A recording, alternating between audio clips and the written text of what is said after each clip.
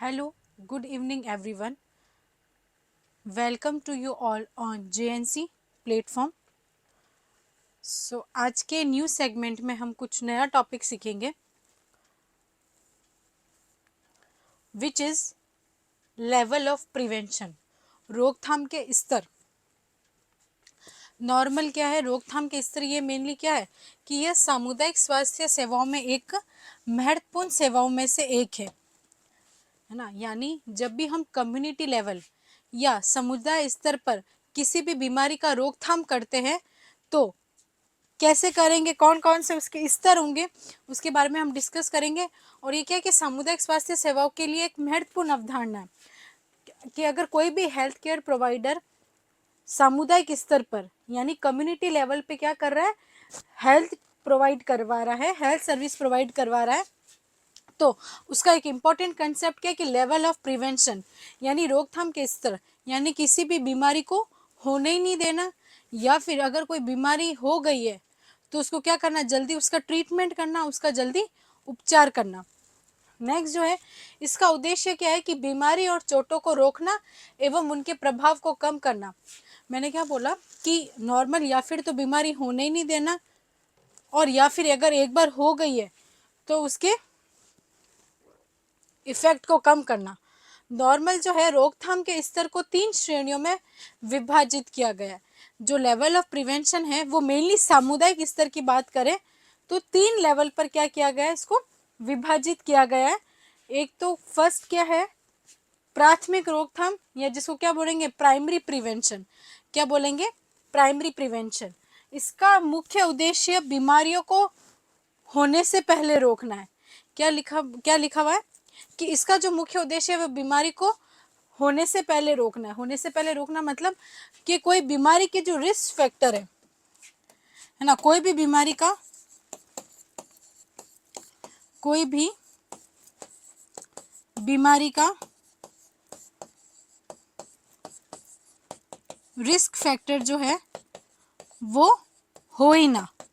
For example, जैसे कि जो रोड एक्सीडेंट है, तो रोड एक्सीडेंट में क्या हो जाता है, कभी किसी को ब्रेन इंजरी हो जाती है यानी ब्रेन में चोट लग जाती है तो याददाश्त जा सकती है उस पर्सन की, दिमाग पर चोट लग सकती है, तो आगे और ज़्यादा कॉम्प्लिकेशंस हो सकते हैं. तो मेनली क्या करना, हेल्थ एजुकेशन के थ्रू पहले तो हेल्थ एजुकेशन प्रोवाइड करवाना. फिर हेल्थ एजुकेशन प्रोवाइड कराएंगे, क्या कहेंगे उसके अंदर कि जब भी आप ड्राइव करो हेलमेट जरूर पहने. तो हेलमेट पहना तो क्या होगा, अगर दुर्घटना घटी तो भी क्या होगी, कोई बीमारी नहीं होगी, कोई चोट नहीं लगेगी. तो इसमें हम क्या करेंगे, स्वास्थ्य शिक्षा और जागरूकता. जागरूकता मतलब लोगों के अंदर क्या फैलाना, समुदाय के जो भी लोग हैं, जो भी पीपल है, उनके अंदर क्या फैलाना, जागरूकता फैलाना.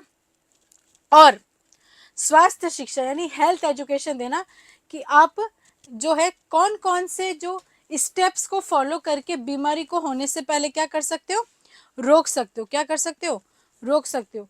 नेक्स्ट है टीकाकरण. किसी भी बीमारी, कोई भी कम्युनिकेबल बीमारी होती है जो कि छूने से फैलती है या एक दूसरे के स्प्रेड से फैलती है, तो उसके लिए क्या करवाना, टीकाकरण करवाना.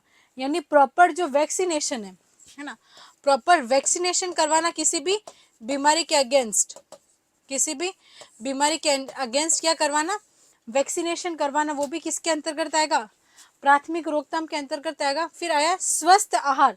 स्वस्थ आहार का मतलब क्या होगा, proper balance diet. Proper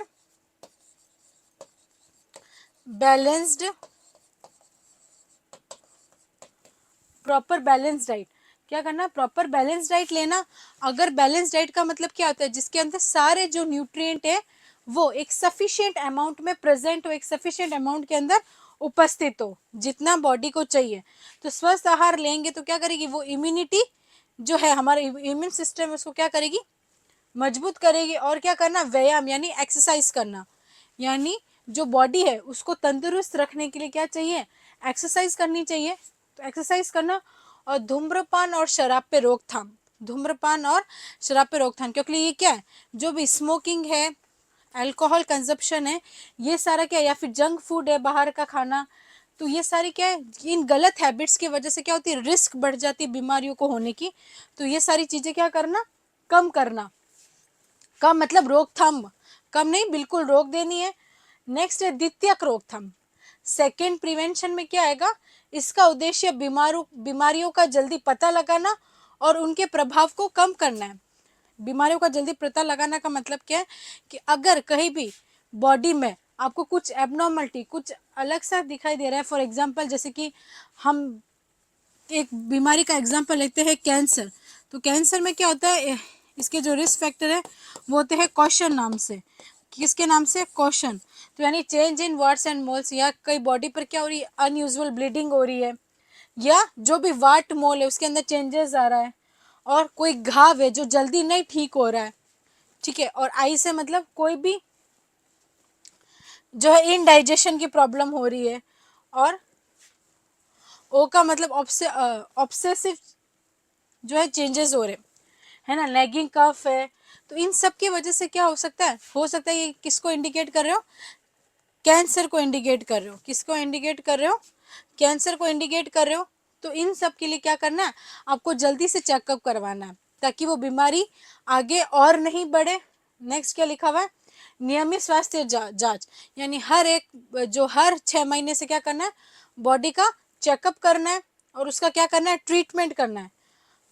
time पर उपचार करोगे, यानी कोई भी जो भी मेडिसिन है, टैबलेट्स है, वो ले लोगे, और बीमारियों का प्रबंधन और नियंत्रण, उसको जो है रीमैनेजमेंट कैसे किया जा सकता है, उसको प्रबंध कैसे किया जा सकता है, तो वो सब किसके अंदर अंतर्गत आएगा, द्वितीयक रोकथाम के अंदर।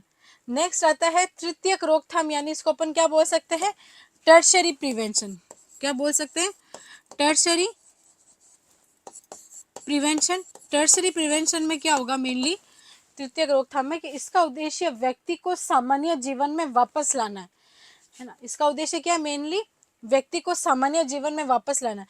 यानी किसी भी व्यक्ति की अगर मान लो कोई सर्जरी हुई है ना, तो व्यक्ति जैसा बीमारी होने से पहले उसके डेली रूटीन था, तो वापस उसको क्या करना, डेली रूटीन में वापस लेकर आना, और सामाजिक और मानसिक समर्थन, सामाजिक और मानसिक संबंध मतलब सोशल सपोर्ट प्रोवाइड कराना। मान लो जैसे कि किसी की पर्सन की सर्जरी हुई है और उसकी जो है नॉर्मल अपीयरेंस में चेंजेस दिखाई दे रहे हैं, तो उसको पॉजिटिवली क्या करना, अडॉप्ट करे पर्सन, तो हम उसको क्या करेंगे, सोशल सपोर्ट प्रोवाइड करेंगे। क्या करेंगे, सपोर्ट प्रोवाइड करेंगे। और कई बार क्या होता है, एम्पुटेशन करना पड़ता है, कोई अंग का जो है उसको कट करना पड़ता है, कोई भी एक्सट्रीमिटी को कट करना पड़ता है, तो उसके बाद जो पर्सन है वो नॉर्मल बिहेव नहीं कर पाएगा, क्योंकि उसको लगेगा कि उसकी जो अपीयरेंस में वो चेंजेस हो गए, और वो सोसाइटी के अंदर क्या नहीं दिख रहा, अच्छा नहीं दिख रहा, लोग उस पर हंसेंगे या उसके बारे में क्या सोचेंगे। तो ये सारे साइकोलॉजिकल, ये सारे मानसिक तनाव को क्या करना, आपको कम करना है, उसको सपोर्ट करना है, और उसको समझाना है कि इससे कुछ फर्क नहीं पड़ता, आपको नॉर्मल इसी के साथ जो है अपनी लाइफ को एडजस्ट करना होगा, हंसी खुशी जीना होगा। और नेक्स्ट क्या है, कोई भी सर्जरी, मान लो कोई भी जो बीमारी है वो मेडिसिन टैबलेट से ठीक नहीं हो रही है, तो आप क्या कर सकते हो, सर्जरी करके उसको वापस रिहेबिलिटेटिव पीरियड में ला सकते हो। और सर्जरी क्यों, ताकि आगे जो है बीमारी ज़्यादा कॉम्प्लिकेटेड नहीं हो। तो मेनली ये जो तीनों प्रिवेंशन है वो कम्युनिटी में लिए जाते हैं।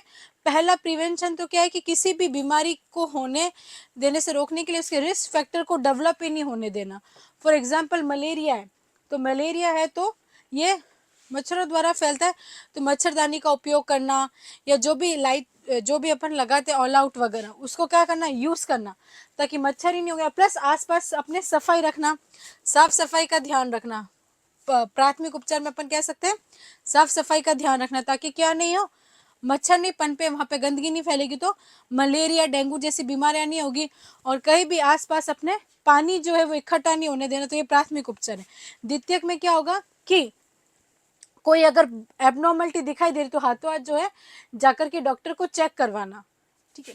और तृतीयक रोकथाम में सर्जरी वगैरह करके पर्सन को जो है जैसे वो बीमारी से पहले था उस फेज के अंदर वापस लेकर के आना। तो ये जो है आज के सेगमेंट में हमने लेवल ऑफ प्रिवेंशन समझे। नेक्स्ट न्यू सेगमेंट में मैं आपके साथ नए एक और टॉपिक के साथ डील करेंगे। सो तब तक के लिए thank you so much everyone. अपनी तैयारी ऐसे ही बरकरार रखें जेएनसी के साथ, और आपको यहाँ से बेटर कंटेंट डेली सेगमेंट में मिलता रहेगा। Thank you so much.